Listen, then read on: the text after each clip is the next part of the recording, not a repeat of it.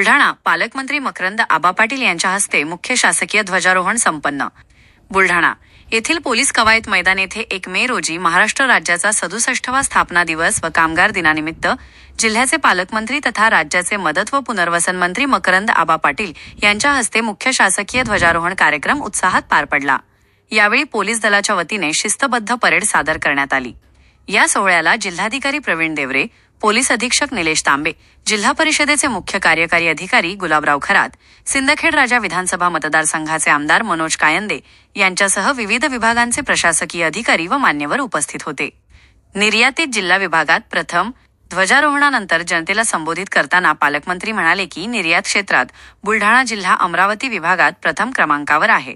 जानेवारी 2026 अखेरपर्यंत जिल्ह्यातून 868 कोटी रुपयांची निर्यात झाली आहे, अशी महत्त्वपूर्ण माहिती त्यांनी यावेळी दिली। टंचाई निवारणासाठी प्रशासन सज्ज। जिल्ह्यातील पाणी टंचाईवर भाष्य करताना त्यांनी सांगितले की पिण्याच्या पाण्याच्या टंचाईसाठी विशेष कृती आराखडा तयार करण्यात आला आहे। जिल्ह्यात 729 गावे टंचाईग्रस्त घोषित करण्यात आली असून सध्या 18 गावांना टँकरद्वारे तर 59 गावांना विहीर अधिग्रहणातून पाणी पुरवठा केला जात आहे। पोलीस दलाच्या ताफ्यात नवीन वाहने। याच कार्यक्रमादरम्यान पालकमंत्र्यांच्या हस्ते पोलीस विभागाच्या नवीन 27 वाहनांचे लोकार्पण करण्यात आले। यामुळे पोलीस दलाची गतिमानता वाढण्यास मदत होणार आहे।